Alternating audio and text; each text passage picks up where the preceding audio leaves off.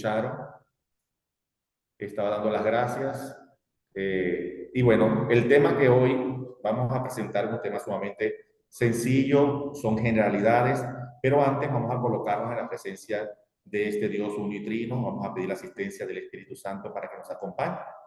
Por eso me dirijo al Espíritu Santo diciendo: oh Espíritu Santo, amor del Padre y del Hijo, inspírame siempre lo que debo pensar, lo que debo decir, cómo debo decirlo, lo que debo callar, cómo debo actuar, lo que debo hacer para gloria de Dios, bien de las almas y mi propia santificación. Espíritu Santo, dame agudeza para entender, capacidad para retener, método y facultad para aprender, sutileza para interpretar, gracia y eficacia para hablar. Dame acierto al empezar, dirección al progresar y perfección al acabar. Amén. También ponernos en las manos de la Santísima Virgen María, Madre del Consuelo, de San Miguel Arcángel y San Benito Abad, que este tema que hoy vamos a comenzar, este primero de muchos que estoy seguro el Señor nos va a permitir, pueda ser también para nuestra santificación y para ayudar también a tantos hermanos. Bien, quisiera dar inicio entonces a que... Bien, entonces vamos a dar inicio a este taller sencillo que son generalidades, lo que vamos a abordar en torno a la pastoral de la consolación y el ministerio del exorcismo. ¿Por qué he querido abordar este tema antes del 14, que estará el padre Alberto Meder de la Arquidiócesis Primada de México, tratando el tema que si un laico puede hacer oración de liberación, sanación, imponer las manos y impartir órdenes al demonio, ¿verdad? Con interrogante. Sobre el ministerio del exorcismo y esta pastoral de la consolación, se cierra en mucho desconocimiento, muchísimo desconocimiento, y una de las ventajas que tiene el desconocimiento ha sido estas películas que el cine ha mostrado cuál no es la verdadera realidad. Por eso estamos invitando a todos los que se puedan sumar como animadores, desde la Renovación Carismática, Legión de María, todos los grupos de apostolado, para que comencemos nosotros desde adentro de la iglesia a mostrar cuál es la verdadera realidad de este ministerio, que simplemente es un ministerio de la misericordia y la consolación de Dios hacia las personas que sufren algún mal producido por el demonio, o también por alguna consecuencia de nuestra libertad. Entonces, damos inicio a este taller con las siguientes láminas. El taller va a estar dividido en dos partes. Lo que es toda la acción extraordinaria y ordinaria y extraordinaria del demonio será para un próximo tema. Hoy vamos a ver entonces lo más general.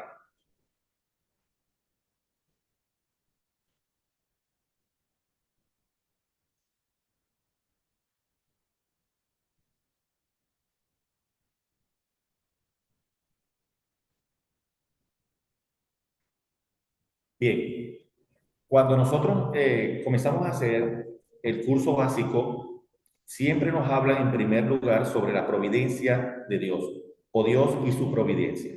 Así lo muestran las líneas guías por las cuales nosotros, los sacerdotes, los neosacerdotes y todo aquel que se da los primeros pasos para la formación en este ministerio debe conocer. Entonces, lo que yo estoy compartiendo con ustedes es todo desde las líneas guías, que es ese instrumento que la Asociación Internacional de Exorcistas coloca en nuestras manos con aprobación de la Santa Sede. Por lo tanto, había que preguntarnos qué es la providencia de Dios, ¿verdad? Porque muchos hablamos de la providencia de Dios. Me pongo en las manos de la providencia de Dios, pero voy al brujo. Me pongo en las manos de la providencia de Dios, pero voy para que me fumen el tabaco para saber de verdad qué es lo que está pasando. Entonces, ¿qué será esto de abandonarme a las manos de Dios? La providencia de Dios, o Dios y su providencia, está y estará en todo el actuar del hombre. La divina providencia es el gobierno de Dios por el cual Él, con sabiduría y amor, cuida y dirige todas las cosas en el universo. Hay una doctrina específica en relación a la divina providencia, que afirma que Dios tiene el control de todas las cosas, no de un poquito, de todas las cosas. Y eso es lo primero que tenemos que tener cada uno de nosotros, sacerdotes y laicos, presentes en nuestra vida. Todo el control de las cosas. Las líneas guías estoy tomando extractos de las líneas guías en este capítulo porque es muy extenso y para eso hay un apartado específico donde se estudia completamente. De tal manera que en esta primera parte dice las líneas guías que el testimonio de la escritura, primero da por aquí que estoy tapando la pantalla, que el testimonio de la escritura es unánime. La asistencia de la divina providencia es concreta e inmediata. Se encarga de todo desde las cosas más pequeñas. Entonces, de la siguiente manera digo que hay muchos proyectos en el corazón del hombre, pero solo se realizan en el designio del Señor.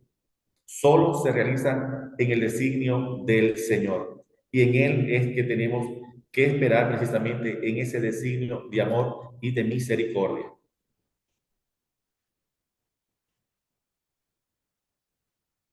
Hay una pregunta que comúnmente nosotros nos hacemos, ¿verdad?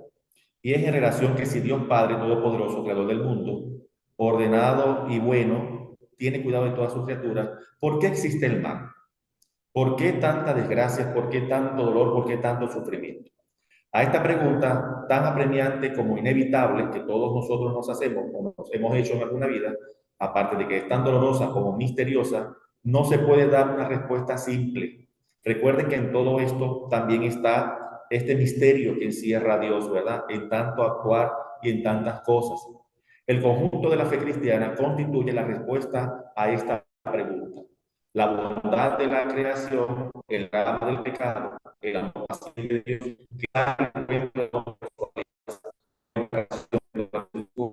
con el Espíritu, con la congregación de la iglesia, con la fuerza de los sacramentos, con la llamada a una vida bienaventurada que las criaturas son invitadas a aceptar libremente, pero a la cual también libremente, por un misterio terrible, pueden negarse o rechazar. No hay un rasgo del mensaje cristiano que no sea en parte una respuesta a la cuestión del mal. Nosotros tenemos el libre albedrío. Nosotros somos libres de aceptar o no la voluntad de Dios, de aceptar o no la bienaventuranza de Dios, de aceptar o no el don gratuito de Dios y su providencia. De allí que tenemos que ser conscientes de que muchas cosas en nuestra vida son por nuestra responsabilidad y no debemos culpar a Dios. Así con el tiempo, continúo citando las líneas guías, así con el tiempo se puede descubrir que Dios en su providencia toda poderosa se puede sacar un bien de las consecuencias de un mal, incluso moral, causado por sus criaturas.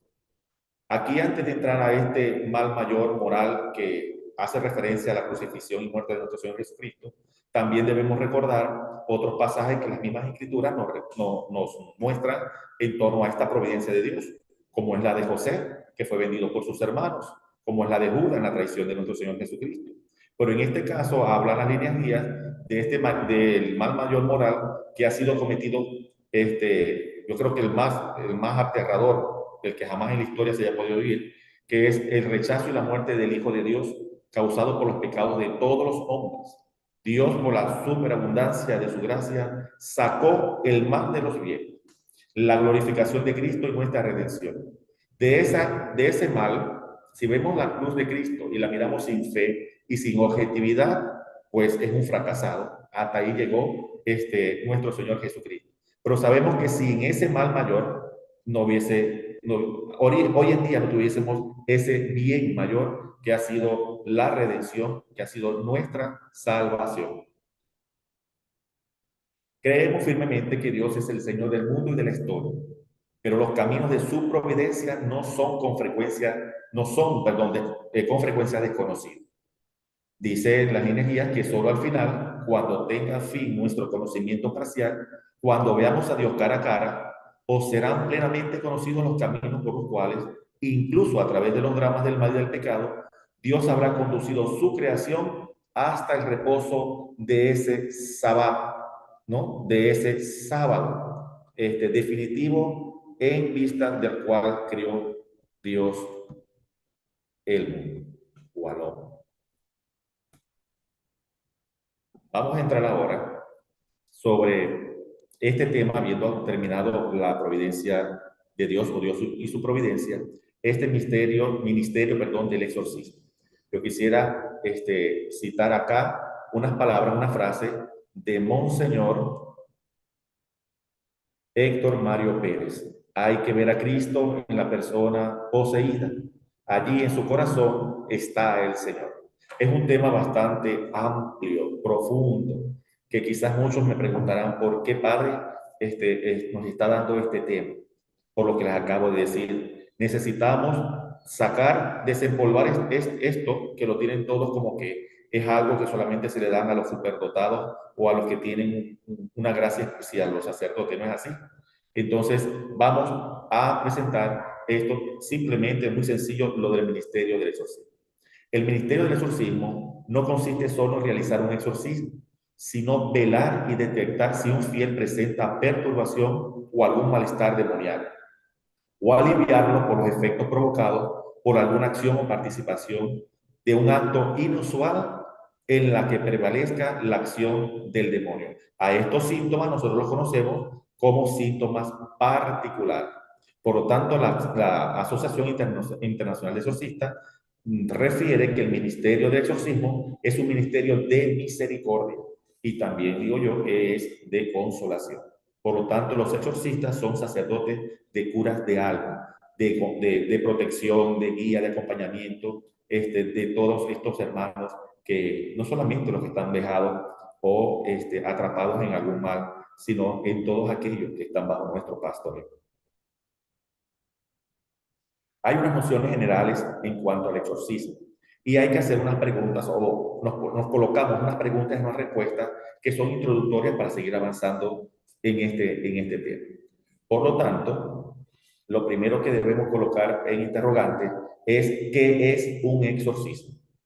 Por la palabra exorcismo se entiende en general en los diversos pueblos y en las diferentes culturas y religiones una acción, o sea, un conjunto de palabras y gestos, oraciones, cuya finalidad es expulsar, alejar a los demonios, espíritus o entidades malignas de las personas, lugares o cosas que se consideran están poseídas o infectadas por ellos, o que son susceptibles de convertirse en víctimas o instrumentos de su malicia.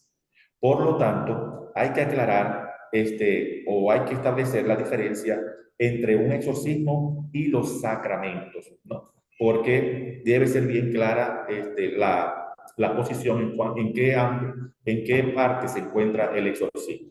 Entonces sabemos que la iglesia cuenta con los sacramentos y cuenta con los sacramentales. Los sacramentos fueron instituidos por el mismo Señor Jesucristo y tienen la fuerza de actuar concediéndonos la gracia para luchar contra el mal y crecer en la virtud. En cambio, los sacramentales, en donde está el exorcismo, son signos sagrados con los que, imitando de alguna manera los sacramentos, se expresan efectos, sobre todo espirituales, obtenidos por la intercesión de la iglesia. Es decir, los sacramentos fueron instituidos por Jesucristo y los sacramentales fueron instituidos por la iglesia. Por ello los hombres se disponen a recibir el efecto principal de los sacramentos y se santifican las diversas circunstancias de la vida. Así lo vemos en la Sacrosanto Concilio, en el Catecismo de la Iglesia Católica y en el Código de Derecho Canónico. Hay en nuestra iglesia, también de acuerdo al canon 1172, lo que es el exorcista estable y el exorcista ad actum o ad casu. Un exorcista puede ser nombrado por el obispo diocesano para el oficio de exorcista. Y de otra manera, en este caso puede ser estable, es decir, con un tiempo determinado, preciso, o simplemente lo deja amplio, abierto, sin delimitar alguna fecha, que es lo que llamamos estable. O para una acción en particular, que es lo que conocemos ad actum, es decir, se presentó un caso y el obispo designa a este sacerdote para atender solo ese caso. Una vez que culmina la atención a este caso, debe esperar nuevamente las directrices del obispo para poder nuevamente actuar. Es decir, su servicio no es estable como el exorcista que tiene nombramiento físico. En ambos casos, el exorcista debe trabajar estrechamente con el obispo y bajo su dirección, recordando que los exorcistas por excelencia o exorcistas natos son los obispos y de ellos recibimos nosotros el mandato. Cuando un obispo no ejerce este ministerio, llama a participar de su ministerio exorcístico a unos sacerdotes que de acuerdo al canon 1172 parágrafo 2, tiene unas características o debe tener unas cualidades. Es decir, este ministro debe ser piadoso, conocedor y prudente, y que se esfuerce en llevar una vida de gracia. Sin embargo, nosotros somos muy criticados y señalados por muchos, ¿no? Porque, bueno, nos ven como que si tuviésemos o un don especial o bueno, son muchas cosas que se cierran sobre nosotros, desde que a veces nos tildan como Harry Potter, piensan que tenemos la varita de Harry Potter, ¿verdad? Nos consideran brujos, hechiceros, y pare de contar, simplemente estamos llamados a incrementar mucho más la oración. Yo quiero hacer aquí una pausa porque me llama mucho la atención cuando otras personas dicen, ay, pero es que ahora el sacerdote cuando lo llaman a hacer exorcista tiene que rezar, tiene que orar. Y a mí eso me llama la atención porque cuando nosotros nos ordenan, el obispo nos hace una pregunta, ¿prometes orar según esto? Y nosotros decimos libremente, prometo. Es decir, no solamente los sacerdotes, sino todo bautizado está llamado a pegarse a la oración para alcanzar una vida de gracia y de santificación. Por lo tanto, en estas dos realidades, tanto de los sacramentos como los sacramentales, hay una realidad particular. En una, la eficacia de esta gracia opera de inmediato sin tener que ver la condición que pueda presentar quien lo imparte, ¿no? En este caso el sacerdote en el sacramento, que es lo que conocemos como la gracia ex opere operato. Esto significa que algo funciona independientemente de la actitud de quien lo hace e independientemente de la actitud de aquel a quien se hace, es decir, de quien lo recibe. Este efecto causado por los sacramentos no depende del estado de gracia de quien lo ministra. Es decir, un sacerdote puede estar en pecado mortal, pero el Señor se hace presente por sus manos que han sido consagradas. El sacerdote puede llevar una vida muy apartada de la oración y de la gracia del Señor, pero cuando confiesa es Cristo quien absuelve los pecados, y así sucesivamente. Es decir, los sacramentos no dependen del estado de gracia de quien lo administra, ni tampoco de aquel que lo recibe. En cambio, los en donde se encuentra el exorcismo, es conocido como la gracia ex opere operandi. Este término que se refiere a la buena disposición con la que recibimos un sacramento, lo cual determina en algún grado cuánta gracia obtiene la otra persona. En este caso, para que un sacramental tenga su eficacia, se requieren dos cosas. Primero, de la fe de quien lo hace y de quien lo recibe. Pero también se requiere, por tanto, de la intención. Debe haber tanto intención y fe de quien lo administra, intención y fe de quien lo recibe. Por ejemplo, yo le puedo bendecir un agua a una persona que, bueno, simplemente me dice que eso no está bendito, que no va a tener ningún efecto, y pues así será.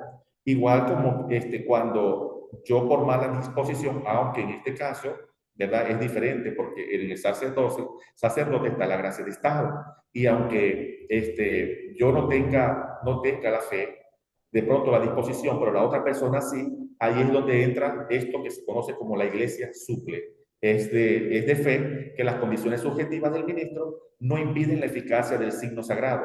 Actúa por la acción de la iglesia, no en orden entonces a la santidad o a la disposición del sacerdote. Son dos casos sumamente importantes que nosotros en nuestra vida tenemos que tener presente para conocer esto tan sagrado y tan maravilloso como es el sacramental, el exorcismo, que se requiere de tanta oración y de tanta dedicación, ¿verdad? Para poder encaminar a nuestras ovejitas, y por eso he tenido junto con todo este equipo que me acompaña, tengo que agradecerle también la presencia hoy en este taller al padre José Luis, quien ha estado al frente también conmigo, al padre Troconis, Rafael Troconis, que también está, y estoy seguro que hay otros hermanos también allí. De tal manera, queridos hermanos, que habiendo terminado estos aspectos tanto de lo que son los sacramentos como de los sacramentales, se nos hace una pregunta muy importante y que muchos me han dicho que eso no está en la Biblia, que qué argumento, qué fundamento bíblico yo puedo dar. Entonces ahí hay una interrogante en pantalla. ¿Existe algún fundamento bíblico para el exorcismo?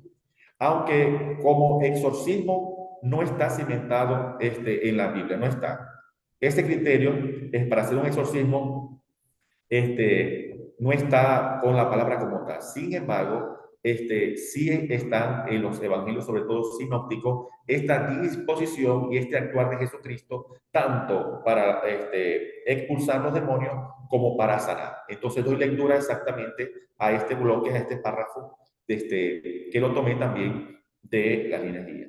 Aunque el criterio para hacer un exorcismo está cimentado en el ministerio de Jesucristo, ahí está la cita que ya la vamos a ver, no existe un fundamento bíblico para el rito formal del exorcismo, aparte del uso de las citas o fragmentos de los salmos del Evangelio que fueron incluidos en el rito del exorcismo a medida que fue evolucionando, a medida que la iglesia fue dando sus pasos.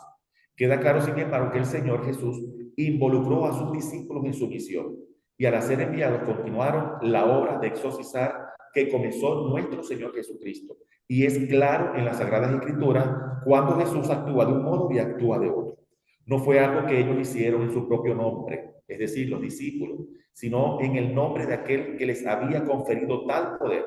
Así es que el ministerio del exorcismo continúa en la vida de la iglesia como parte del cuidado pastoral de las almas que Jesucristo le dejó a sus apóstoles. En este caso también sus sucesores, que son los obispos, y los obispos a los sacerdotes a quienes ellos tengan a bien encomendarle esta pastoral del consuelo.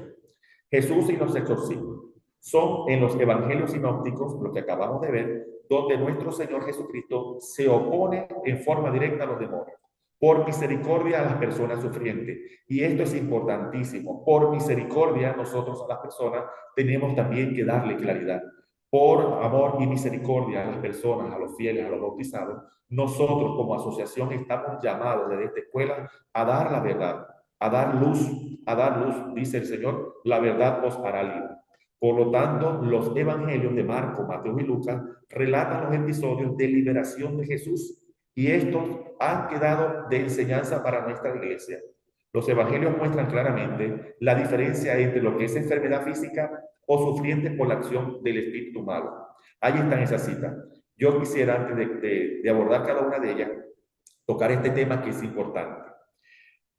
Por lo general, casi todo, yo diría que un 98%, no sé si los padres que están acompañándome les habrá pasado lo mismo, pero un 98% lo que nos llegan es ya diciendo que es el demonio lo que le sucede. Y los que están alrededor, la feligresía que está alrededor, que en su mayoría supersticiosos, en un 70%, siempre afirman de que es el demonio. Y no todo hay que atribuirlo al demonio. De tal manera que voy a dar lectura entonces a cada uno de estos evangelios donde Jesús nos muestra su actuar, tanto desde la enfermedad como la acción del demonio, e incluso cuando son ambos concomitantes en el mismo individuo. Mateo 8:16. Y cuando era ya tarde, trajeron a él muchos endemoniados y echó fuera los demonios con su palabra y sanó a todos los enfermos. Aquí está la doble acción de Jesús. En Marcos capítulo 1, versículo 32-34, cito, cuando llegó la noche, luego que el sol se puso, le trajeron todos los que tenían enfermedades y a los endemoniados, y toda la ciudad se agolpó a las puertas. Otra vez, tanto endemoniados como enfermos. Y Lucas capítulo 4, versículo 40-41, al ponerse el sol, todos los que tenían enfermos de diversas enfermedades los traían a él y él poniendo las manos sobre cada uno de ellos, los sanaba. Aquí vemos este gran regalo de la pastoral de la consolación y de la liberación de todos los bautizados.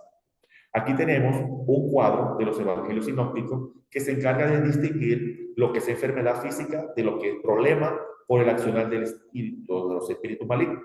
Dejan bien claro que enfermos es distinto a sufrientes por accionar de espíritus malos. Aquí tenemos el pasaje del endemoniado en la sinagoga, el espíritu que deja mudo a la persona, la mujer encorvada, el muchacho atormentado traído por su padre, los endemoniados de Gadara, el endemoniado de Gerasa y la mujer fenicia que clama por su hija endemoniada. Yo este cuadro y algunos resúmenes que tengo, pues se los voy a hacer llegar al final cuando compartamos algunas preguntas en torno a lo que hoy nos compete. De tal manera, hermanos, que la otra realidad es poder hoy mostrar que los padres de la iglesia también han sido testigos de esto y la iglesia tiene muestra fehaciente de esta realidad exorcística dentro de la iglesia. Por cierto, un tema que es la exorcística en los padres de la iglesia, que es un tema de especialización o de actualización en nosotros los sacerdotes exorcistas, que nos los dan a través de la AIE y del Colegio de Exorcistas de la Arquidiócesis Primada de México. ¿Hacen los padres de la iglesia referencia a los exorcismos en sus escritos?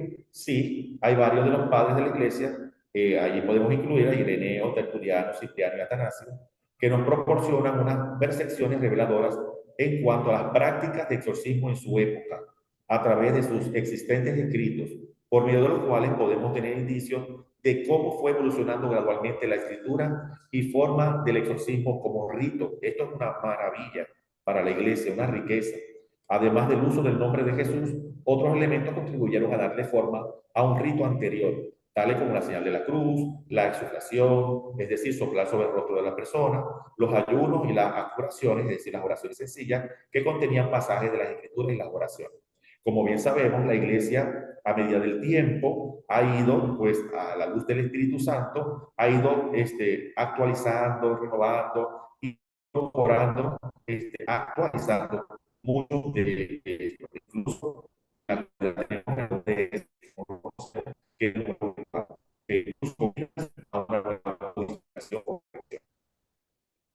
de tal manera, hermanos, que continuamos entonces, habiendo visto que tanto en las Sagradas Escrituras como en los padres de la Iglesia, tenemos nosotros evidencia de este ministerio tan maravilloso como el exorcismo.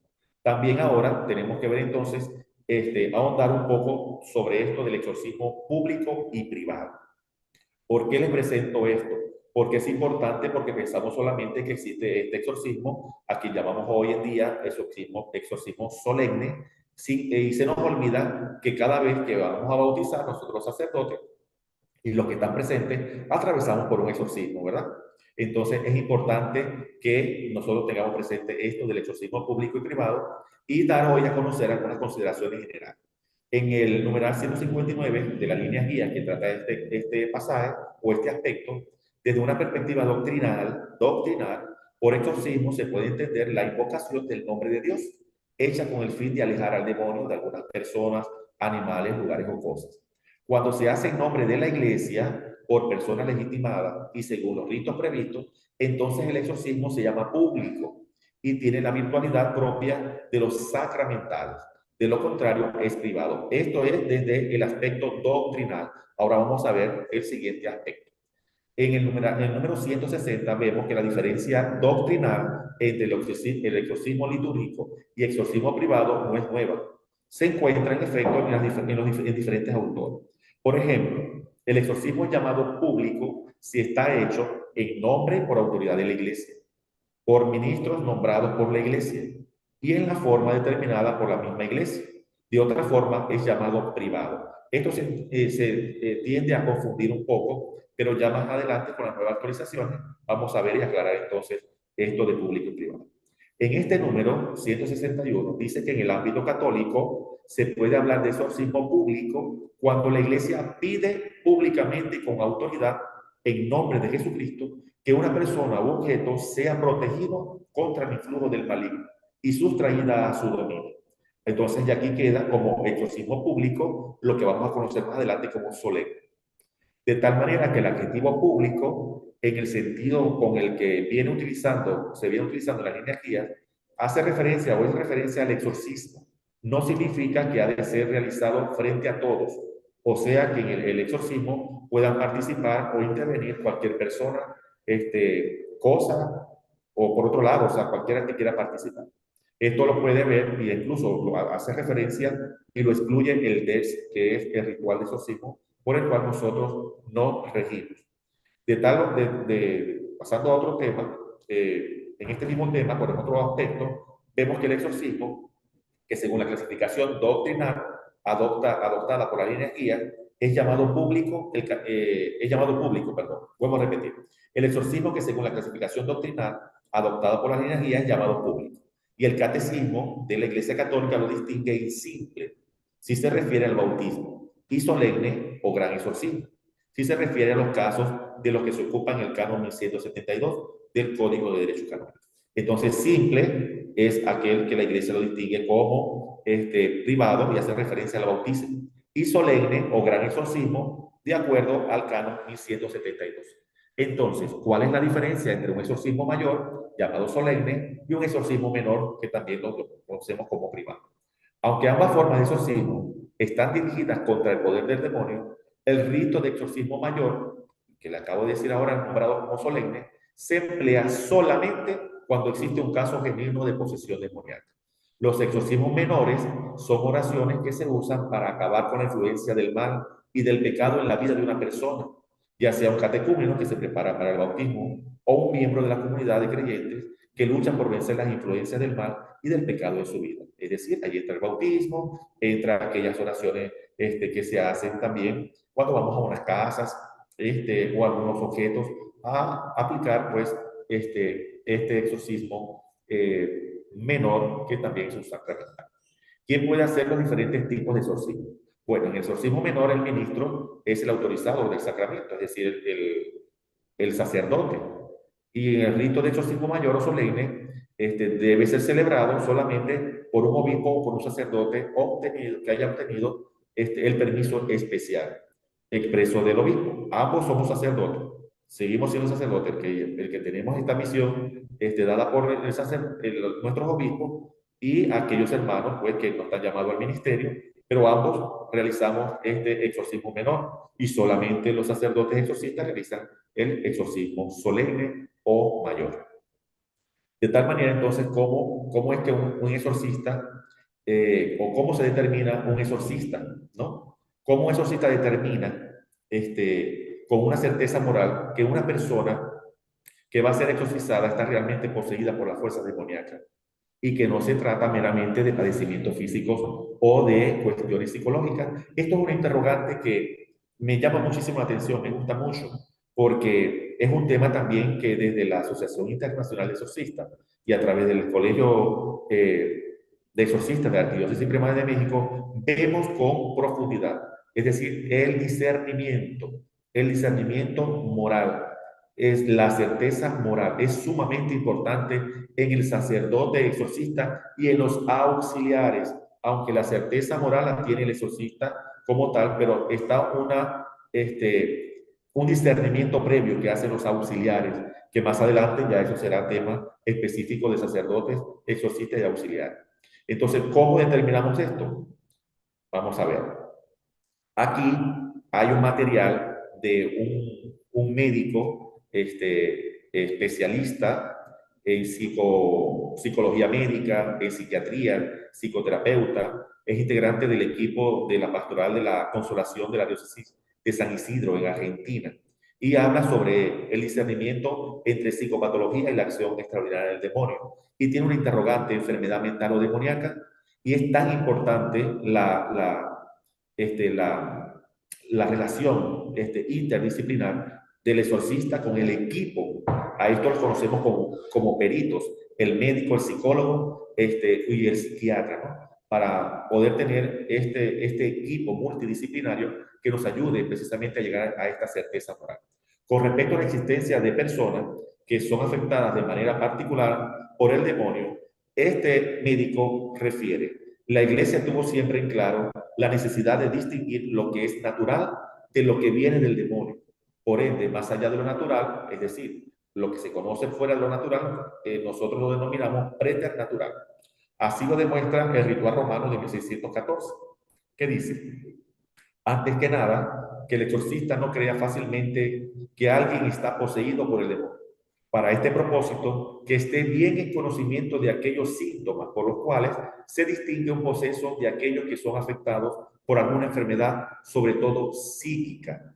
Hay muchas enfermedades que pueden hacer pensar que la persona está poseída. Y en la actualidad, el Colegio de Psiquiatría ha introducido un nuevo código que lleva el nombre algo así, síndrome o algo de posesión demoníaca. No lo tengo ahorita, no lo recuerdo muy bien, pero ya está dentro de toda la nomenclatura psiquiátrica esta enfermedad que hace pensar de que la persona está endemoniada, pero no, es una alteración a nivel psíquica.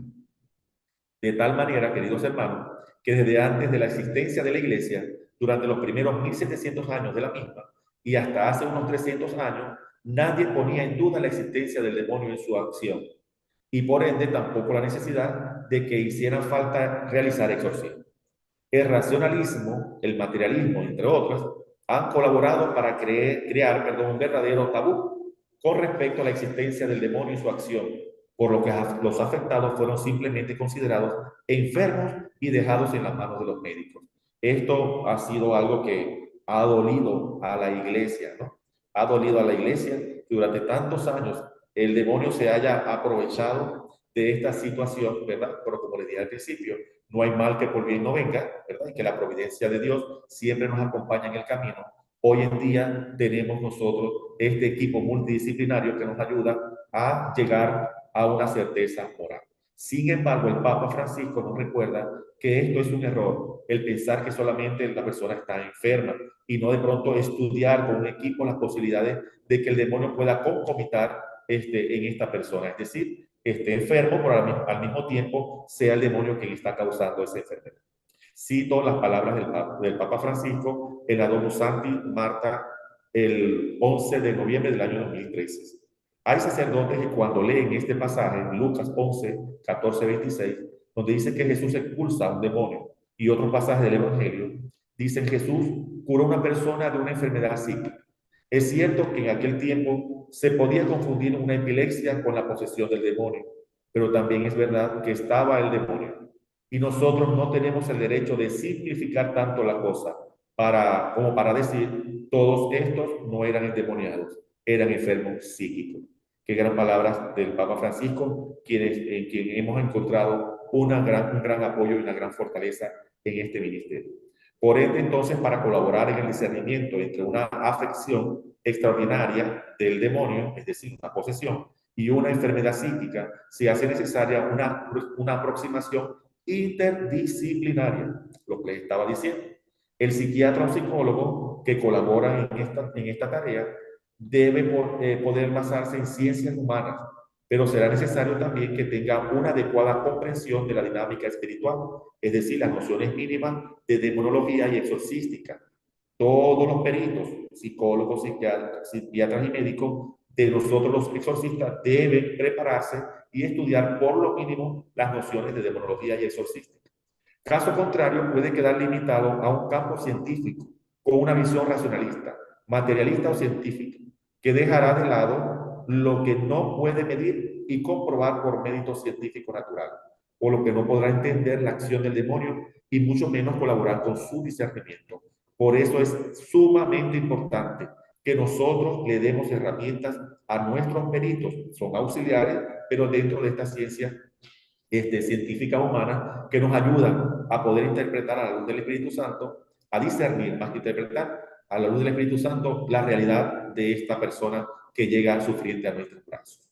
Sin estas nociones mencionadas, involuntariamente estará sostenido así el tabú creado con respecto al demonio y va a favorecer que quienes estén afectados, a ver que no son entendidos ni ayudados, busquen ayuda en otros credos religiosos, en magos, curanderos, umbadistas, videntes, médiums o en simples estafadores, lo que siempre complica la situación. Otro tema en donde tengo que hacer una pausa y es un llamado también que se nos hace a nosotros los sacerdotes, exorcistas, y no solamente a los sacerdotes exorcistas, a todos los sacerdotes que están llamados a atenderlos, a escucharlos dentro de la asociación y la escuela de formación, precisamente con ayuda de otros sacerdotes exorcistas, de otras asociaciones o institutos. Estamos buscando este apoyo, especialistas, por supuesto, en todos estos temas, para poder formar a los sacerdotes y nos presten esta ayuda y esta colaboración para hacer este primer discernimiento antes de que lleguen al sacerdote. Entonces, acercarse con un enfoque racionalista o cientificista a esta pastoral sería como mandar una hostia consagrada a un laboratorio para evaluar si Jesús está presente en el altar. en ella, perdón, por medio de análisis químico, cosa que siempre quedará fuera de su alcance. Creo que se debe entender esto, ¿verdad? No, hay cosas que no podemos medirlas, hay cosas que no podemos medirlas así, si no es a la luz del Espíritu Santo y el discernimiento entre la ciencia y la gracia de Dios que nos da para poder discernir en todo esto. Hay otros, dentro de toda este tema o este apartado de la psiquiatría y la acción extraordinaria del demonio, tenemos los graves errores de los sacerdotes exorcistas. Por otro lado, el sacerdote religioso que a todo, es decir, incluyendo una psicopatología que usted pueda estar presente, le atribuye una causa demoníaca, preternaturalismo, espiritualismo, al negarse al trabajo interdisciplinario y a la existencia de trastornos psíquicos naturales, se arriesga a cometer gruesos errores en el discernimiento y eventualmente a agravar una patología mental que necesita tratamiento. Es decir, cuando un sacerdote exorcista quiere trabajar solo, sin el apoyo del equipo multidisciplinario, comete un grave error, arriesgando la vida de esta persona que ha llegado e incluso arriesgando su propia vida y los que están a su alrededor. Jesús expulsó demonios y mandó a su iglesia continuar haciendo. Es por esta extensa experiencia de 20 siglos de la iglesia que tiene en este campo que ella tiene sus normas a las que vale la pena respetar. Todos los sacerdotes exorcistas estamos llamados a respetar la norma de la iglesia. Entre otros argumentos está este padre, Rafael Talmén, que es un exorcista psiquiatra que nos advierte: un abuso del exorcismo sin aplicar los criterios de la iglesia puede estructurar un delirio y de esa forma hacerlo verdaderamente incurable. Así también una demonización directa de actitudes humanas ligadas a la enfermedad desresponsabiliza al individuo, el cual entonces ni se cura ni se domina. Es decir, yo lo que hago es que a esta persona está enferma, pero yo como sacerdote o como laico estoy en un grupo de apostolado y siento que tengo el carisma del Espíritu Santo o siento que tengo dones especiales y le atribuyo a esto que simplemente es el demonio, sin poder ver más allá de que tiene una enfermedad psíquica o psicológica, lo que entonces es el final de este texto: ni se cura ni se domina. Estamos arrastrando a la persona a un abismo interminable de sufrimiento. Por eso es un tema sumamente importante el de hoy. Por lo tanto, existe la comorbilidad entre enfermedad y acción extraordinaria. Una persona puede estar tanto enferma como también perturbada por el demonio.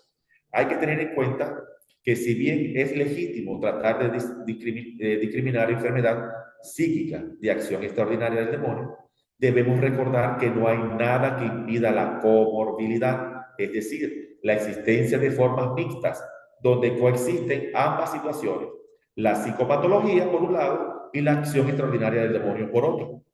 Es decir, en la misma situación. Es más, siendo las personas una unión sustancialmente cuerpo-espíritu, sería raro que algo impacte tan severamente a nivel espiritual sin que haya la menor repercusión emocional o física, por lo que las formas mixtas son más la norma que la excepción. Esto tampoco significa que los rasgos de personalidad o de trastorno que puedan tener las personas sean la causa de las manifestaciones demoníacas. Es tan importante el discernimiento, sumamente importante el discernimiento. Y una de las luchas que tenemos en la actualidad son con algunos grupos de apostolado que inducen a estas personas o inculcan en la mente a estas personas un daño severo, un daño severo. Yo estoy tratando una en la actualidad, no voy a decir que el grupo de apostolado la estaba tratando, pero no hallo por dónde hacerle ver que no es el demonio, que necesita una ayuda psiquiátrica, médica, psiquiátrica, psicológica. Y ahí estoy de rodillas ante el Señor por esta ovejita que le han hecho un gran daño desde un grupo de apóstoles. Continúo con lo que está citado acá desde la línea 10, desde este documento del psiquiatra. Por todo esto, no ha perdido vigencia la regla que proponía el padre Aldo Tenquer, allá por el año 1927. Cito: para seguir una recta vía, la regla a seguir es esta: no aceptar como fenómeno diabólico, sino aquello que, o por el carácter extraordinario, o por un complejo de circunstancias, demuestran la acción del espíritu maligno. Este es el carácter extraordinario y complejo de circunstancias que veremos más adelante. Hay que buscar la manera de cómo poder demostrar estas circunstancias, estas realidades. Por otro lado, tampoco tiene por qué haber una oposición entre psiquiatras y exorcistas. Ambos tienen un objetivo común: la recuperación en plenitud de la salud física, psíquica y espiritual de la persona. Una rivalidad innecesaria y maliciosa entre psiquiatra y exorcista, entre medicina y plegaria de sanación o de liberación, solo puede traer enormes daños a la salud y a la fe. No debería haber ningún motivo de conflicto real entre los criterios diagnósticos y los criterios que indica la Iglesia. Aquí quiero hacer un stop. ¿Por qué aquí habla de haber alguna diferencia o problema? Porque a veces el equipo interdisciplinario quiere estar por encima del discernimiento o del criterio del exorcista, es decir, de la certeza moral del exorcista. Entonces la Iglesia habla y actúa a través del exorcista y el obispo a través del exorcista. Entonces, aquí hay que tener un cuidado en cuanto a esta relación entre psiquiatras y exorcistas. De tal manera, entonces, el rol del profesional de la salud mental en todo lo que es este aspecto de la pastoral estaría direccionado en que el psiquiatra colabora con el discernimiento informado, pero no tiene el discernimiento decisivo o final, es decir, la certeza moral. Por lo tanto, presencia o no de problemas de salud mental y su eventual diagnóstico es lo que debe de indagar y buscar. También si hay explicación natural o no para lo que observa este especialista. El psicólogo colabora con el discernimiento informado, colabora con el discernimiento informado. Entre ellos están características de la personalidad o diagnóstico de personalidad. Debe buscar reunir estas características de estas personalidades y llegar a un diagnóstico como tal. Si hay explicación natural o no, para que, por lo que se observa, si hay algún daño en él. Los profesionales de la salud mental no opinan sobre si está afectado o no por la acción extraordinaria del demonio. El discernimiento está siempre solo en las manos del exorcista, para lo cual se sirve principalmente de su oración. Solo él, basado en la certeza moral que logre en cada caso, considerará oportuno realizar un exorcismo o no. Recordemos que la certeza moral no es lo mismo que certeza absoluta. Si pudiéramos hacer una analogía, poniéndole una cifra de probabilidad a cada una, la certeza absoluta le correspondería un 100% de la probabilidad, mientras que para alcanzar la certeza moral alcanza con que haya más o menos 51% de probabilidades que se trate de una acción extraordinaria demoníaca para proceder a un exorcismo.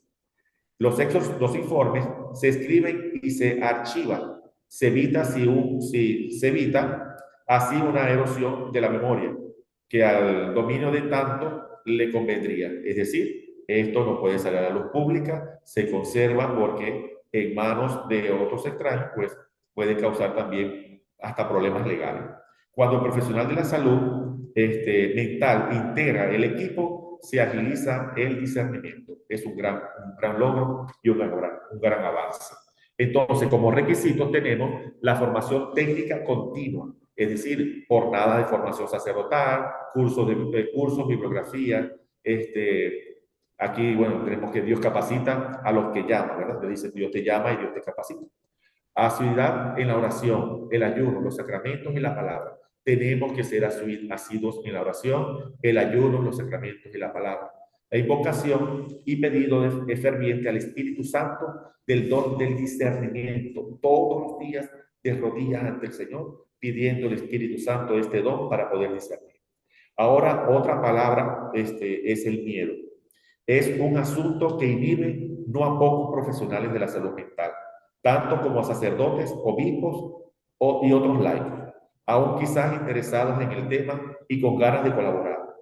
Ante esto, es útil recordar las palabras del Papa Pablo VI. Todo aquello que nos defiende del pecado nos ampara por ello mismo del invisible enemigo. La gracia es la defensa decisiva. La inocencia asume un aspecto de fortaleza. Necesitamos mantenernos en gracia. Necesitamos anhelar la perseverancia en esta gracia. Todo aquel que está pegado a la gracia, difícilmente el demonio le tumbará. La mejor protección contra el demonio es la inocencia y la comunión con la iglesia. En esta comunión de la iglesia es el llamado que le hacemos a muchos grupos de apostolado. Ahora, hay algunas observaciones que debemos tener en cuenta. Antes de proceder a un exorcismo se recomienda el discernimiento y el juicio moral, ya lo hablé, y los miembros afectados deben someterse a exámenes médicos psicológicos antes de usar el exorcismo. El exorcista debe asegurarse de que un exorcismo no se perciba como una acción mágica o supersticiosa. Aquí hago un stop. Esto es para los exorcistas, pero ante esto tenemos nosotros que tener cuidado, ¿no? Criticamos mucho a otras iglesias que gritan, animan, colocan manos, venden agua y un montón de cosas, cayendo, rayando en la magia, en la superstición. Pero nosotros no escapamos de eso. Nosotros no escapamos de eso. Muchos de nosotros hemos mandado a colocar sal en yo no sé dónde, limones cortados en cruz, a tomar agua bendita cada no sé cuántas horas, que debe rezar 33 rosarios, 33 no sé qué, 33 no sé cuánto. Entonces, eso es un tema importantísimo. Ojalá que uno de los padres que me acompaña pudiera dar este tema para que vean hasta dónde el demonio es capaz de engañarnos y arrastrarnos a su terreno. Por lo tanto, deben estar presentes otros miembros de la comunidad de creyentes cuando se hace un exorcismo. Se recomienda enfáticamente que el exorcista no trabaje aisladamente, aunque en raras ocasiones esto sería inevitable. La práctica de hacer un exorcismo a solas se debe disuadir a todo costo. Sin embargo, yo puedo andar por la calle, yo puedo estar de pronto, no sé, confesando a una sola persona y hay una manifestación. Sin embargo, ya cuando es un rito, cuando se va a hacer el rito, ya programado, que se le ha notificado al obispo, pues debe estar ese equipo interdisciplinario preparado para no estar a solas. Por lo tanto, hermanos, entonces, ¿dónde debe hacerse un exorcismo? ¿Debe permanecer confidencial el uso del exorcismo? ¿Puede hacerse un exorcismo sin permiso del destinatario? Ante la primera interrogante, las normas es celebrar el rito de exorcismo en un oratorio u otro lugar apropiado. Por ejemplo, una capilla pequeña, discreta, oculta a simple vista. Puede ser también un cuarto que esté preparado, esté acondicionado con todas las normas que nos pide a nosotros la iglesia. La segunda interrogante, ¿debe permanecer confidencial el uso del exorcismo? Preservar la confidencialidad es importante para la integridad de la reputación de las personas afligidas, así como de las personas que pudieran estar presentes. También se sugiere encarecidamente velar por no sugerir a nadie que vaya donde el sacerdote exorcista, a fin de no abrumar al exorcista con llamadas y preguntas fortuitas. Yo no sé, bueno, el número de teléfono creo que lo voy a tener que cambiar, porque no se imagina la cantidad de personas que se nos acercan y que otros les recomiendan. Cuando le escuchan que me duele la cabeza, porque escucho esto, vaya para que el exorcista, vaya para que el exorcista. Y una de las tareas de nosotros es darle herramientas a nuestros hermanos sacerdotes, no exorcistas, cómo atender estos casos para que solamente sean referidos a aquellos que verdaderamente tengan una sospecha de una perturbación. ¿Puede hacerse un exorcismo sin permiso del destinatario? El exorcista debe asegurarse, si existiera esa posibilidad, del consentimiento de la persona antes de proceder con el rito del exorcismo mayor. Siempre es aconsejable tener el consentimiento de la persona para evitar problemas tanto a nivel eclesial como a nivel civil. Ahora, un tema que también tiene mucha tela que cortar y que incluso hay especialistas en todo esto, que es la angelología y la demonología. Yo recuerden que les estoy dando simplemente son generalidades, porque ya podremos nosotros entrar de lleno en cuanto al tema del diablo y sus ángeles, ¿no? Para poder comprender un poco cómo es este accionar del demonio como ángel que es. Entonces, desde las líneas guías y a la luz del nuevo ritual, que es el test, entonces voy a compartir con ustedes algo muy sencillo referente a los ángeles y a los demonios. El número 15 de las líneas guías de este capítulo, a lo largo de la historia de la salvación, dice que aparecen criaturas angélicas, unas estando al servicio del plan divino y proporcionando continuamente una ayuda poderosa y arcana a la iglesia. Otras caídas, también llamadas diabólicas, las cuales, opuestas a Dios y a su voluntad salvífica, cumplida en Cristo, intentan asociar al hombre a su propia rebeldía contra Dios. Y esto será hasta el fin del mundo. El demonio no se cansará de intentar asociarnos a su propia rebeldía contra Dios y llevarnos a su plan para nuestra condenación. En el número 17 de este capítulo, cito que se refiere a que el mundo, entonces, en el mundo, entonces, el mal no es solamente una deficiencia, sino una eficiencia, un ser vivo, espiritual, pervertido y perverso. Ese es el demonio. Se sale del marco de la enseñanza bíblica y eclesiástica, quien se niega a conocer su existencia, o bien quien hace de ella un principio que existe por sí, que no tiene, como cualquier otra criatura, su origen en Dios, o bien la explica como una pseudo realidad, una personificación conceptual y fantástica de las causas desconocidas de nuestras desgracias. Hay quienes no creen en el diablo, desde obispos, sacerdotes y laicos, que niegan la existencia. Y una de las armas del demonio es que no se crea en su existencia. Por lo tanto, muchos no aceptan la existencia del diablo. Evidentemente, no aceptaremos la existencia del diablo si nos empeñamos en mirar la vida solo con criterios empíricos y sentido sobrenatural. Precisamente la convicción de que este poder maligno está entre nosotros es lo que nos permite entender por qué a veces el mal tiene tanta fuerza destructiva. Su presencia está en la primera página de las Escrituras que acaban con la victoria de Dios sobre el demonio. De hecho, cuando Jesús nos dejó el Padre nuestro, quiso que termináramos pidiendo al Padre que nos libre del malo.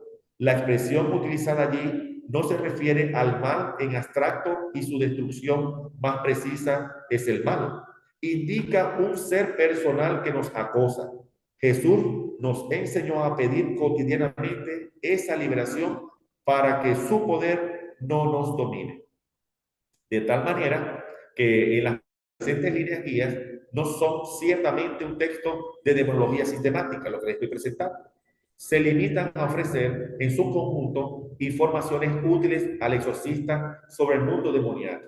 En este capítulo se exponen algunas nociones entre las más importantes con el fin de corregir posibles ideas exageradas y erróneas respecto al ser y actuar diabólico. En tal sentido, este número 22 de la línea guía cita o ángel rebelde presenta el carácter del rechazo a Dios con el consiguiente estado de condenación. En efecto, en la carta de Judas leemos: en cuanto a los ángeles que no supieron conservar su preeminencia y abandonaron su propia morada, el Señor los tiene encadenados eternamente en las tinieblas para el juicio del gran día.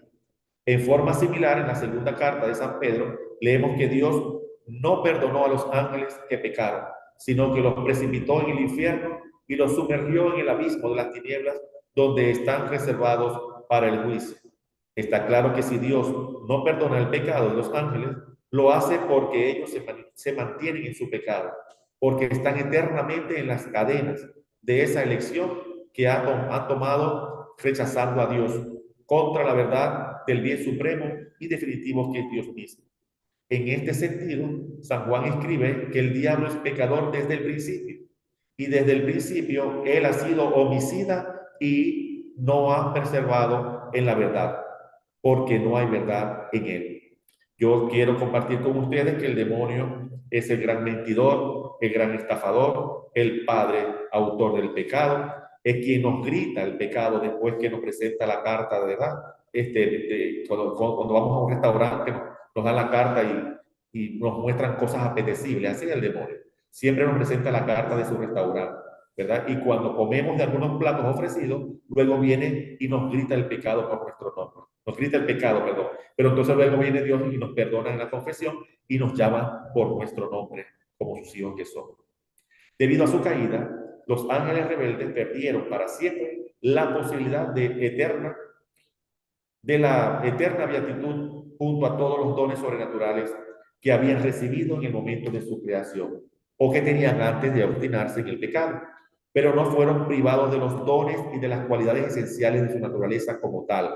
Es decir, siguen siendo ángeles, son criaturas, conservan su potencia, por lo tanto, como no perdieron su potencia, actúan de la manera que actúan, atacando al hombre para su condenación, su perversión. Por lo tanto, aún perdiendo la sabiduría sobrenatural, les quedó a ellos por entero la ciencia natural. Por eso ellos pueden dominarla, o actúan en ella, por supuesto, todo con permiso de Dios. Esta ciencia, que en los demonios es innata, adquirida y comunicada, es superior a cualquier ciencia adquirida que se pueda encontrar en los hombres, como dice San Francisco de Asís en su quinta admonición. Pues aunque fueras tan sutil y sabio que tuvieras toda la ciencia y supieras interpretar todo género de lenguas y investigar sutilmente las cosas celestiales, de ninguna de estas cosas puedes gloriarte, porque un solo demonio supo de las cosas celestiales y ahora sabe de las terrenas más que todos los hombres. El demonio conoce cuál es el camino y la vía para podernos colocar esa piedra y ese obstáculo. Sin embargo, a pesar de que él posee esas ciencias, ¿verdad? Innata, adquirida y comunicada, no tiene la capacidad de conocer lo que está en el hombre. Simplemente es un ser que, como es el padre del pecado y sabe de todos sus pecados porque es el autor, nos grita cada uno de esos pecados, nos llama por el pecado, pero no puede conocer nuestra realidad, al menos que Dios se lo permita. En cuanto a su voluntad, la obstinación en el pecado del diablo y de los otros demonios, con la consiguiente pérdida de la gracia santificante y caída en el estado de condenación, no ha producido ningún cambio en orden a su capacidad natural de adherirse a un objeto que se le presente como un bien, pero esta capacidad la tiene como encadenada a la culpa cometida. Por lo tanto, la voluntad de los espíritus malignos, habiéndose hecha libremente esclava del pecado, solo puede querer simplemente y únicamente el mal en oposición a Dios. Esto siempre estará presente en los demonios, en el demonio, la oposición a Dios. Y al oponerse a Dios, también se opone al hombre, porque el hombre es criado a imagen y semejanza de Dios. Por lo tanto, el demonio y sus ángeles. Como punto uno, primero tenemos que son responsables de la apostasía y de las falsas enseñanzas en la iglesia. Así lo vemos en 1 Timoteo capítulo 1, versículo 1.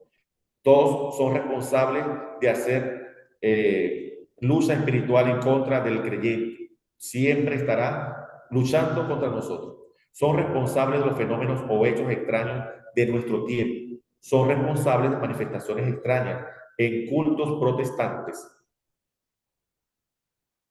También los ángeles destruidos se convirtieron en los demonios, es decir, espíritus inmundos, espíritus malignos, ángeles de Satanás, espíritus impuros, espíritus malignos, demonios impuros, y así lo podemos ver en diferentes libros de la Sagrada Escritura.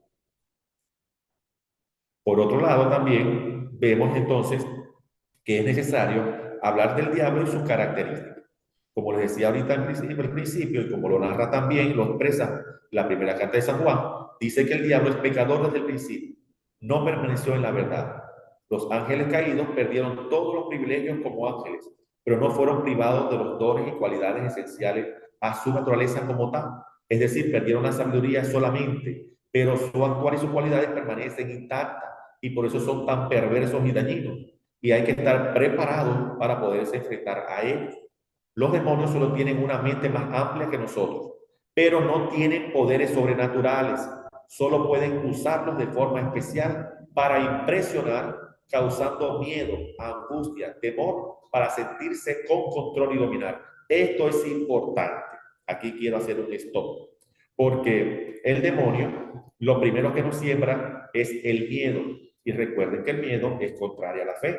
El miedo nos paraliza. Y hay otro aspecto que yo en mis homilías le digo a mis fieles. Nosotros llamamos a Dios todopoderoso, pero en el momento en que se presenta algo, ¿por qué no confiamos en este Dios todopoderoso que destruyó, o sea, que encadenó al demonio, que lo envió a los abismos y que está por encima del demonio? Por lo tanto, es sumamente importante que esta parte, y que les acabo de decir, lo tengamos presente. No tienen poderes sobrenaturales, solo impresionan causando miedo para atemorizarnos. Y a veces ese temor nos lleva también a buscar otras vías de escape y a buscar los operadores del ocultismo. Los demonios conocen toda la realidad e incluso conocen mejor la realidad científica y por eso impresionan tanto. Es decir, como conocen la realidad científica, la usan porque tienen un dominio mayor que el de nosotros. Los demonios, por otro lado, no tienen poder, mis hermanos. Esto que nos lo llevemos hoy como un gran aprendizaje. Los demonios no tienen poder de conocer el futuro. No lo pueden conocer. No conocen el plan de Dios. No saben lo que está en los corazones de los hombres. No conocen los secretos. Solo tienen acciones conjeturales.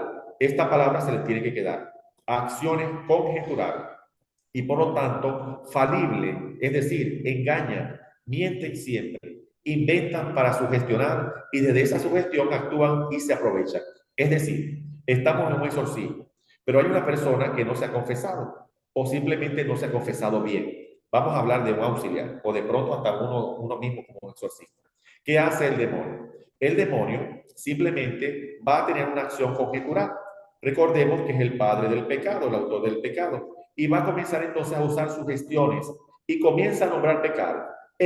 Aquello, esto y aquello. Y por supuesto, la persona que no está en gracia va a tener tremendo susto y tremendo miedo porque pensará que le está revelando todos sus pecados. El diablo no puede entrar en la mente del hombre para saber lo que piensa. Solamente utiliza conjeturaciones, más nada, acciones conjeturales. De esta manera, la fijación del diablo y de los otros demonios es el pecado en oposición a Dios, con la consiguiente pérdida de la gracia santificante y la gracia y la caída en el estado de condenación. Es decir, el objetivo del demonio es esclavizar al hombre en el pecado. Y esto hay que tenerlo muy en cuenta, ¿no? En cuanto a la voluntad del diablo, estoy refiriendo, en cuanto a la voluntad del diablo, la primera es esta, esclavizar al hombre al pecado. La segunda, los demonios jamás hacen algo bien o bueno. Ni siquiera en los exorcismos el demonio quiere hablar. Siempre es obligado a decir las cosas o lo dice porque se le escapa. Lo otro es que dentro de las artimañas del diablo está utilizar la ciencia física, es decir, operadores del ocultismo, brujos, chamanes, adivinos, clarividentes, lo paranormal, la hipnosis, el reiki, el yoga, entre otras cosas para actuar camuflajeado como el bien. Esta persona que yo estoy atendiendo me decía, padre, pero es que ellos cuando comienzan dicen el nombre de Dios Todopoderoso, del Padre y del Espíritu Santo. Le decía, sí, es que el diablo los conoce muy bien. Entonces, como el diablo los conoce muy bien, los utiliza. Entonces, dentro de las artimañas del diablo está utilizar la ciencia física, a través de donde, de los operadores del ocultismo, que son como ahora los encerramos todos. Por lo tanto, continuando con esto en cuanto a la voluntad del diablo, tenemos que la potencia de Satanás no es infinita, es solo una criatura potente como espíritu. Sin embargo, si Satanás obra en el mundo es por su odio contra Dios y su reino, pero esto es permitido por la divina providencia. Ahora entienden por qué toqué primero la divina providencia, para que pudiéramos entender todo esto. Dios sabe por qué permite las cosas. Los demonios, aún todos juntos, no pueden operar milagros. Solo hacen cosas para nuestra percepción. No pueden actuar en las leyes naturales. Jamás el demonio va a hacer un milagro. Ejemplo, sanó a una persona. Curó una persona. No. Y sin embargo, ustedes preguntarán, bueno, padre, pero una persona fue un brujo y se curó. Bueno, es que el demonio engaña. El demonio engaña. Y quizás Dios permita también de que allí esté camuflajeado un mal, que no sería un mal menor, como el que vimos al principio. Sin embargo, Dios lo puede utilizar para sacar el bien de todo esto. En cuanto a la acción de Satanás, Primero, la acción de Satanás ciertamente causa mucho daño de naturaleza espiritual e indirectamente de naturaleza también física. El diablo ofrece el mal, pero el hombre con plena libertad la acepta, por lo que el hombre es libre para hacerlo, pero jamás podrá el diablo impedir que el reino de Dios llegue a la plenitud. Aquí podemos entonces ver cómo el Señor permite, en medio de las realidades nuestras, por nuestro libre albedrío, que bueno, caigamos en algunas situaciones en donde nos veamos perjudicados por el mal, pero jamás el diablo va a impedir que el reino de Dios pueda llegar a su plenitud en cada uno de nosotros, aunque hayamos atravesado un océano de sufrimiento por nuestra libertad. Podemos decir como San Pablo, la carta a los Romanos, en el capítulo 8, versículo 28, la obra del maligno contribuye al bien y sirve para edificar la gloria de los elegidos. A mí esto me encanta. Es una frase que de verdad la quisiera hasta copiar. La obra del maligno contribuye al bien y sirve para edificar la gloria de los elegidos. En conclusión, se puede decir que los demonios pueden operar exclusivamente dentro del tiempo y espacio visible, siempre con permisión de Dios y los límites que se le permiten. Jamás de allí puede pasar el demonio, porque recordemos que no es omnipotente ni el demonio es omnisciente, simplemente una criatura que está bajo también el dominio de Dios o la voluntad de Dios. El diablo opera, en primer lugar, solo en plena dependencia de las leyes que regulan este universo. No puede crear otras leyes ni puede pasar por encima de las que están creadas. Nunca más allá de sus posibilidades naturales de criatura, es decir, diversa de nosotros que posee otras potencias. Por supuesto, bastante fuertes y mayores que las nuestras. Siempre en absoluta obediencia al eterno designio de Dios que quiere que todo se salve. Jamás el diablo va a operar en contra de esta absoluta obediencia del Eterno. Por lo tanto, queridos hermanos, entonces esto, ya culminando, tendremos entonces esta interrogante. ¿El demonio puede tener conocimiento de nuestros pecados? Bueno, sí, porque ha sido cómplice de esos pecados. Pero el demonio no puede sacar los pecados al sacerdote ni a los presentes si se hace una adecuada y buena confesión, con sincera enmienda. Recuerden que les dije hace un rato, el demonio no conoce nuestros pecados, simplemente hace acusación, lanza los pecados para ver cuál de ellos nosotros nos hemos permitido entrar. ¿Puede el demonio hacer o dominar las leyes naturales? Ya les dije que no. Bueno, sí, porque el demonio conoce muy bien las leyes naturales y les gusta mostrar poder sobre las leyes físicas, pero obedece a la voz de Dios en el exorcista, es decir, cuando le damos comando. Pero cuando digo que si puede dominar, es decir, las utiliza, pero no, cuando aquí hablo de dominar, no es que él tiene el poder absoluto de agarrar una ley y hacer con ella lo que mejor le plazca. Siempre hasta lo de Dios le pueda permitir. Por lo tanto, queridos hermanos, hasta aquí me he compartido o me he permitido compartir con ustedes, pidiendo de antemano disculpas por todos los detallitos que hemos tenido en la parte técnica. Y bueno, quizás también me puedan disculpar por algunas, algunas palabras que por allí, por corriendo, se me hayan escapado no leyéndolas bien. La próxima clase, hermanos, es la acción ordinaria y extraordinaria del demonio. Es un tema sumamente importante que se nos da a nosotros los exorcistas, pero yo pienso que es necesario que ustedes lo conozcan, porque más que hablar de la acción extraordinaria del demonio, yo quisiera enfatizar en la acción ordinaria del demonio, donde está la tentación, esta que nos arrastra y nos lleva al plano del maligno. Y bueno, si no soy yo, le pediré a uno de los padres que pudiera darle este tema de la acción ordinaria y extraordinaria del demonio. Ahora, bueno, le pregunto a Jason si hay alguno de ustedes, hermanos, que quisieran compartir dentro de lo que acabamos de ver, algunas preguntas. Para entonces, antes de culminar, yo decirles a ustedes cuál sería el paso y lo que les voy a enviar. Bueno, padre, pues muy agradecido con usted por todo este espacio de formación muy interesante. La red social ha estado moviéndose bastante en ese sentido de que es importante tener estas experiencias de formación. Es necesario conocer lo que nos dice la Iglesia, lo que la Iglesia ha manifestado para que podamos hacer las cosas bien. vamos a hacer de verdad sentirnos de que estamos protegidos también por Dios. Dentro de las preguntas, padre, que se nos van presentando en el chat, encontramos varios diálogos referentes a ese poder del diablo.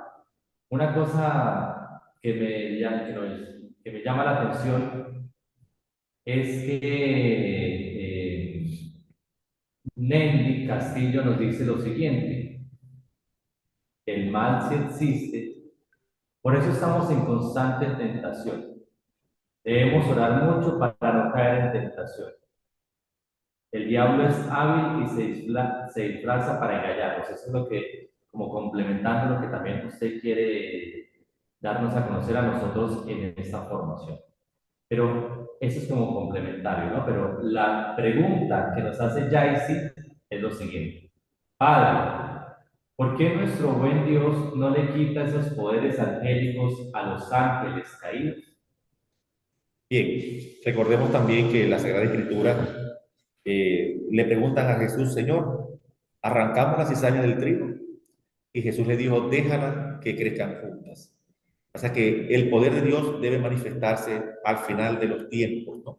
Porque en su eterna voluntad y providencia Dios ha permitido que crezcamos, caminemos juntos, porque el mayor acto de derrota al demonio es vencerlo a través de todos los siglos de existencia en el mundo. Yo estoy sumamente convencido de que Dios no le quitó por completo, aunque no lo tiene, porque el demonio no tiene, simplemente le permite actuar en determinados momentos para mostrar más aún su gloria. Y quiero recordarle algo, mi querida hermana, que me está preguntando. Recuerda también que está en nosotros, en ti, en mí, esto que llamamos libertad. Está libre albedrío, ¿verdad? Y también está aquellas personas, aquellos, lamentablemente, en donde el amor de Dios no está, el amor de Dios no está, y es más fácil para el demonio poder desde la acción ordinaria, que es la tentación, tocar a un hermano nuestro en donde Jesús no ha hecho mucho, ¿no? Como en su pueblo. No pudo hacer muchos milagros porque no había la fe y no pudo desencadenar esa fe, no pudo tocarlo a él para poder hacer la obra. De tal manera que cizaña y trigo caminarán juntas hasta que el Señor así lo quiera y lo determine. Lo que sí tenemos que tener es claro y consciente es que jamás el demonio va a vencer el plan de Dios, que es la salvación para sus hijos. Todos aquellos los que lo quieran recibir. Bueno, padre, también aquí nos dice Nendy Castillo que como laicos estamos comprometidos y debemos saber diferenciar cuando es posesión demoníaca o problemas psicológicos para brindar ayuda lo más pronto posible. ¿Qué herramientas podemos tener nosotros para de verdad poder saber diferenciar esta acción del demonio? Bien, lo primero es nosotros anhelar el estado de gracia, anhelar la santificación, ¿no? Anhelar la santificación.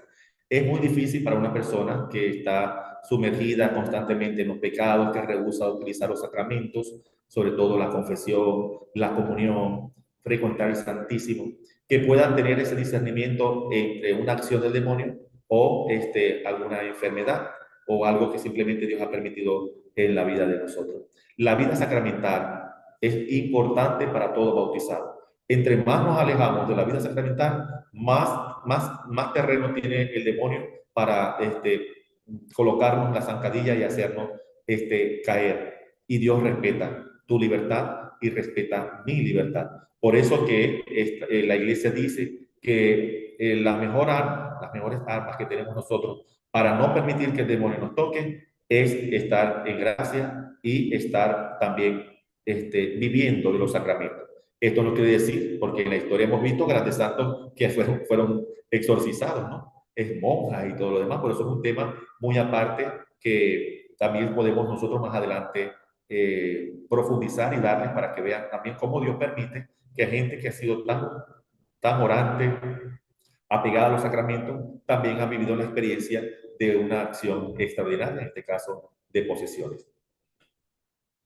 Bueno, padre, también aquí nos han preguntado, esa es una pregunta que como que tiene mucha prevalencia en el chat y en el YouTube. Es una pregunta que tiene dos preguntas en sí. ¿Un laico puede acompañar un rito de exorcismo? Y si lo puede acompañar, ¿qué tiene que saber este laico? ¿Necesita formarse en algo especial? Sí, para que un laico pueda estar en un rito, debe ser admitido por el sacerdote exorcista, debe formar parte del equipo del sacerdote exorcista, o en su defecto, que pudiera ser familiar del que van a exorcizar, pero en este caso simplemente estaría como acompañante, no participaría de ese diálogo que hay en el exorcismo, ¿verdad? De las oraciones, como cuando vamos a la misa, el Señor esté con ustedes responden con tu espíritu, ¿no? Igual parecido sucede acá. Aparte que el laico que forma parte del auxiliar como perito o auxiliar simplemente, tiene una preparación ante todas estas realidades de las cuales hoy poquito le hemos hablado, porque hay mucho, esto es un campo muy amplio, donde constantemente hay estudio, formación, actualización. Recordemos que el demonio es un ser muy astuto y que nunca se sabe con lo que se va a presentar o con lo que va a salir, porque es el padre de la mentira. Por lo tanto, un laico puede participar siempre y cuando pertenezca al equipo auxiliar del exorcista. Bien, algo interesante que nos dice aquí Laura Mel Pérez es que Sor Faustina lo indicaba en las revelaciones que hacía Jesús. Y es que no hay que creer que el diablo, no creer que el diablo existe, es la mejor estrategia de él para reclamar las almas incrédulas, ¿no? Como usted bien lo dice, él es el padre de la mentira, el que engaña. Una pregunta que nos hacen es, Padre, ¿por qué nuestro buen Dios no le quita esos poderes angélicos a los ángeles caídos? Bien, ya bueno, una pregunta que se repite, lo acabo de decir.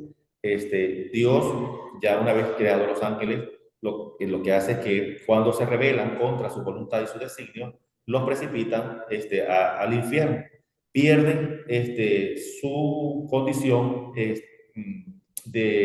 o sea, beatífica ante Dios, pero no pierden su potencia, no pierden su realidad como ángel, sino que los precipitan al infierno con esa realidad, pero no tienen el poder, e incluso ni siquiera los ángeles que están ante la presencia de Dios tienen el poder de actuar en sí mismos. Están siempre al servicio de Dios. Los ángeles que están en la presencia de Dios y también los demonios como ángeles, porque siguen siendo ángeles, también están al servicio de Dios, aunque no actúan, sino que van en contra, pero obedecen a Dios, están en Dios. Y como les decía ahora, Dios, para seguir mostrando su poder y poder seguir mostrando que es Dios, pues permitirá al final del mundo, como lo vemos, lo que pasa es que el tema de la divina providencia en los primeros párrafos hace referencia que el mundo está creado de esta manera, para que al final, Dios instale su reino definitivamente, gobernando sobre todas las cosas y mostrando su poderío, tanto en el cielo como en la tierra y en los infiernos. Es como a eso que al nombre de Jesús, toda rodilla se doble en el cielo, en la tierra y en los abismos. Asimismo será la parucía cuando Jesucristo venga nuevamente entre nosotros, pues todo, hasta los ángeles, estarán llamados a adorarlo. Y por eso no van a ser destruidos, porque está establecido. Hasta los demonios le adorarán. Padre, una pregunta que nos llama la atención aquí y que bien podría como complementar parte de esta experiencia es que se habla sobre la imposición de manos. Sería importante para usted qué opinión nos da usted respecto a la imposición de manos.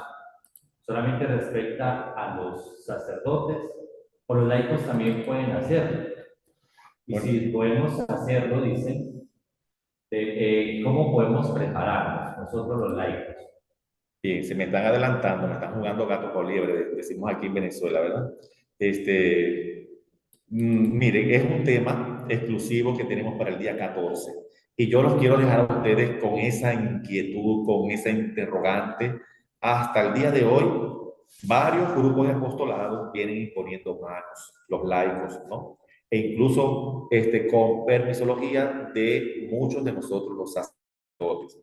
Eh, no me quiero adelantar a lo que el padre Medel va a tener preparado. Mire, es un tema sumamente importante y buenísimo porque la invitación se está haciendo a todos, absolutamente a todos para que puedan participar. Y hasta el momento tengo conocimiento incluso que hasta de Brasil se van a conectar.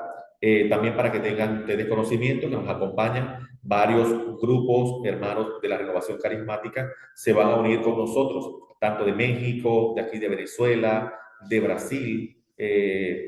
No he leído muy bien si es Ecuador también, Chile y Perú, porque es sumamente importante conocer hasta dónde el laico tiene la autorización por la iglesia de imponer manos, hacer oración de sanación, liberación y darles órdenes al demonio. Eso es algo muy delicado. Y no quisiera hoy tocar eso por respeto a lo que el padre Medel va a tratar el día 14.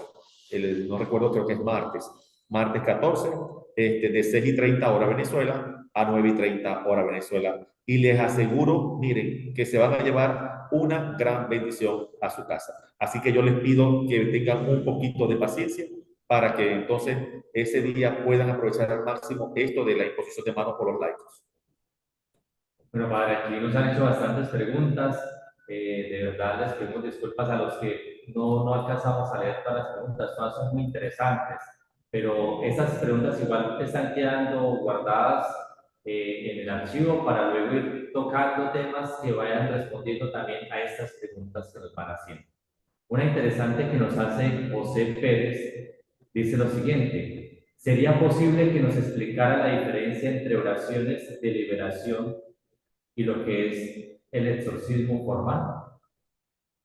Bien, hay oraciones propias que la iglesia ha establecido de liberación, no tocando las oraciones, salmos, evangelios, que están establecidos para una continuidad en el ritual.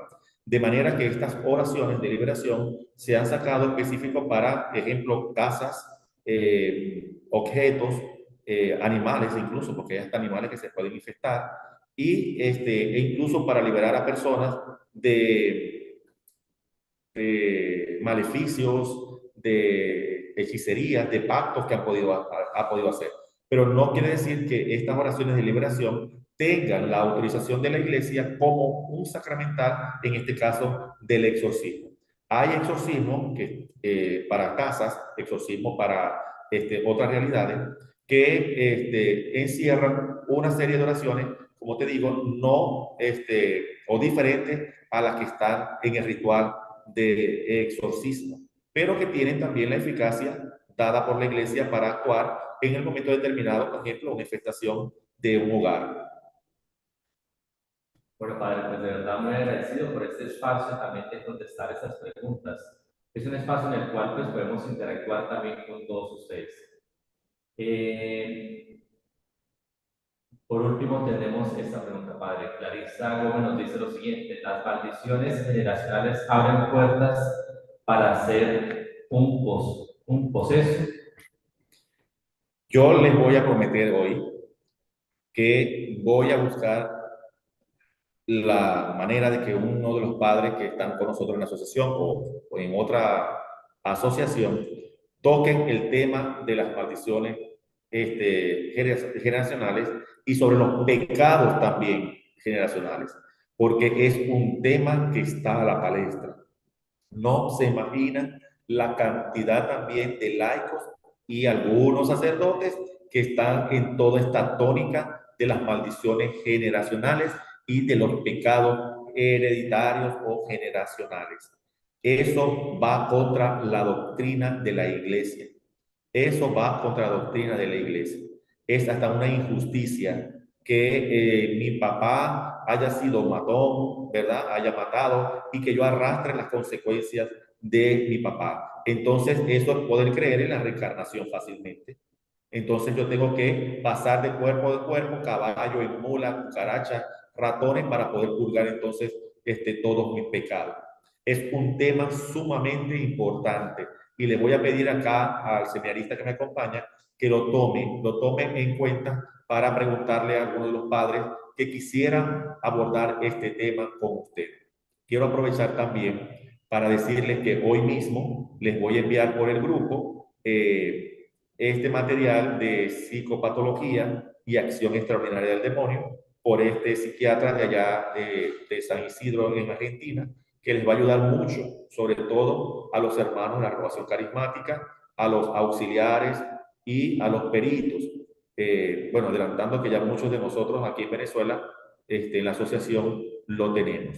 Lo otro que les voy a enviar hoy mismo o mañana es un resumen de las líneas guías, porque es el instrumento que nosotros utilizamos en la iglesia, aprobado por la Santa Iglesia, en donde está resumido, o sea, hay capítulos de cada uno de los temas, la providencia de Dios, el ángeles y demonios, bueno, de todo. Pero, por supuesto, les voy a enviar es un resumen para pedir o confirmar, verificar si ya a ustedes los laicos se les puede dar. Si no más recuerdo, ahora en Roma, cuando estuve en Roma, pues en la carta que nos llegaron a los socios, nos dijeron que ya los laicos la podían tener.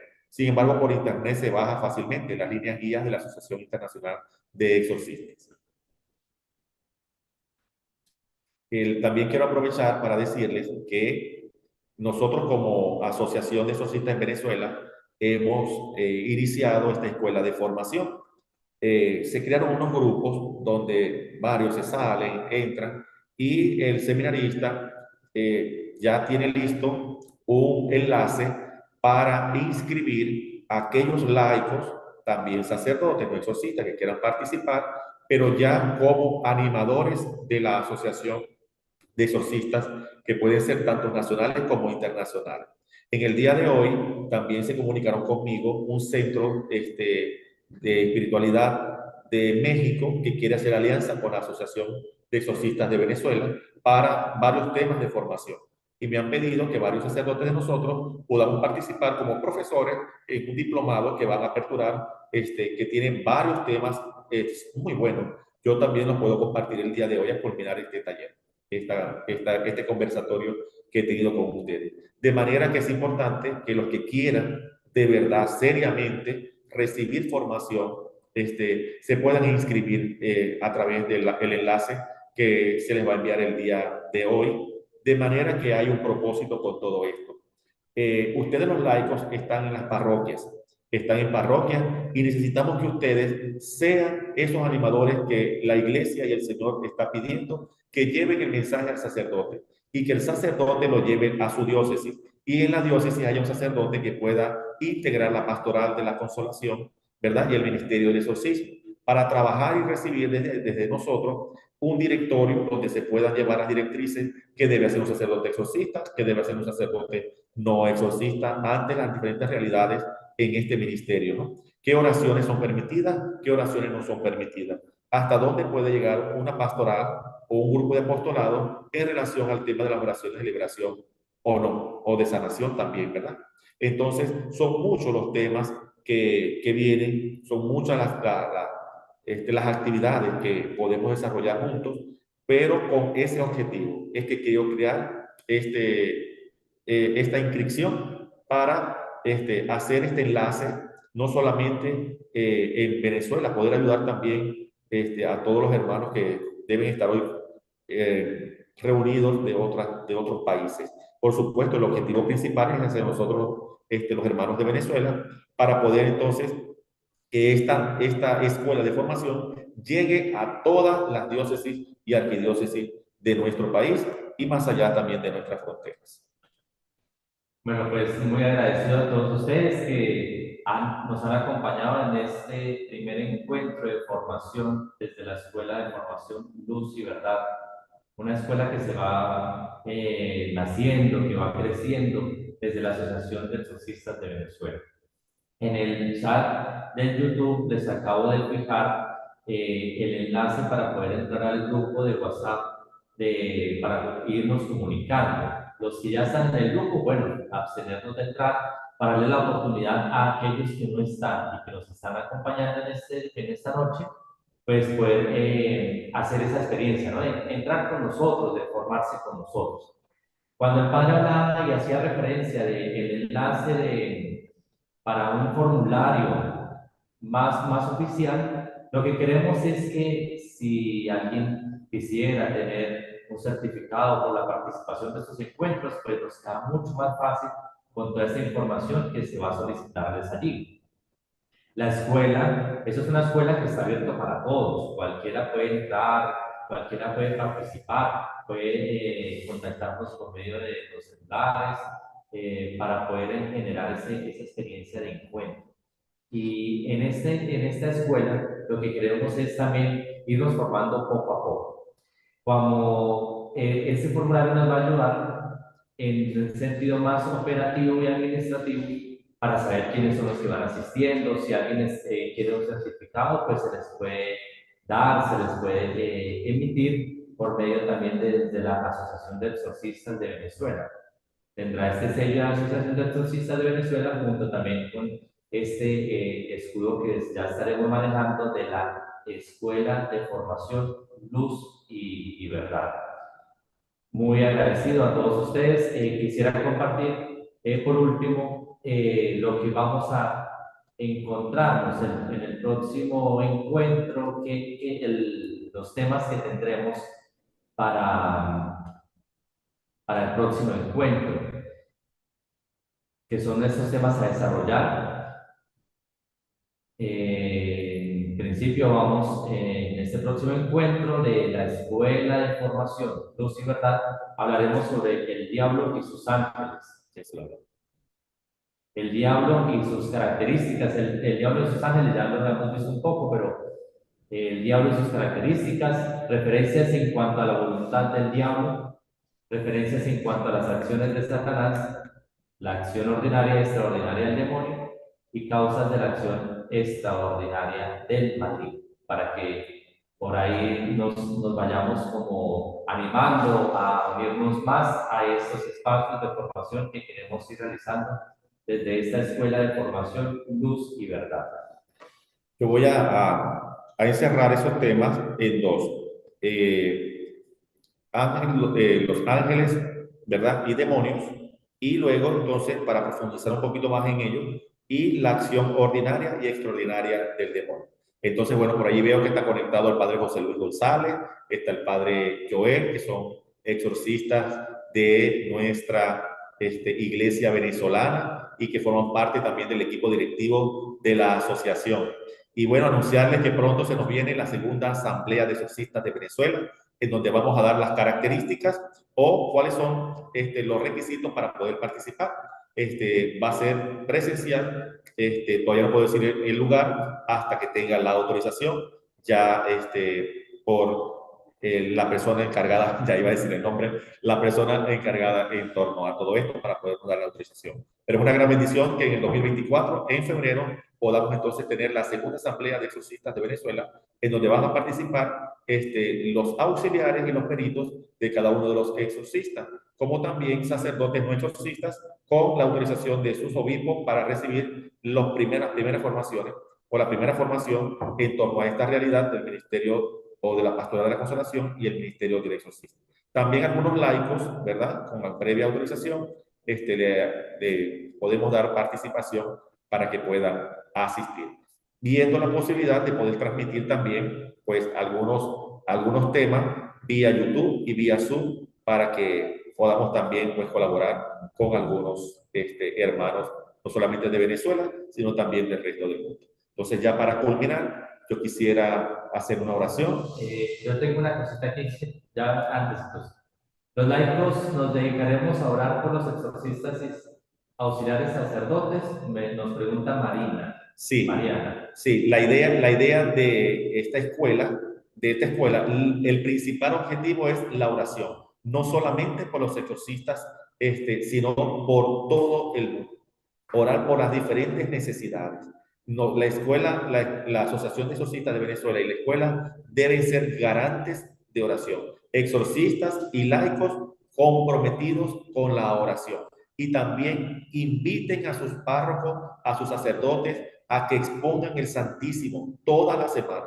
Debemos ser una iglesia, ¿verdad?, de rodillas ante el Santísimo. Tanto así que nuestra iglesia venezolana está consagrada al Santísimo Sacramento del altar. En parroquias donde se ponga el Santísimo hay un gran escudo contra el demonio. Por lo tanto, mis queridos hermanos, no me queda más que agradecerles a ustedes por su participación y bueno, para despedirnos ya de este encuentro, pues vamos a dirigirnos a nuestra Madre del Cielo, María del Consuelo, a Nuestra Señora de Coromoto, y lo hacemos repitiendo la oración que el ángel le anunció. Dios te salve María, llena eres de gracia, el Señor es contigo. Bendita tú eres entre todas las mujeres, y bendito es el fruto de tu vientre, Jesús. Santa María, Madre de Dios, ruega por nosotros pecadores, ahora y en la hora de nuestra muerte. Amén. Y que el Señor le bendiga, que sea en el nombre del Padre, y del Hijo, y del Espíritu Santo. Amén. Feliz y bendecida noche.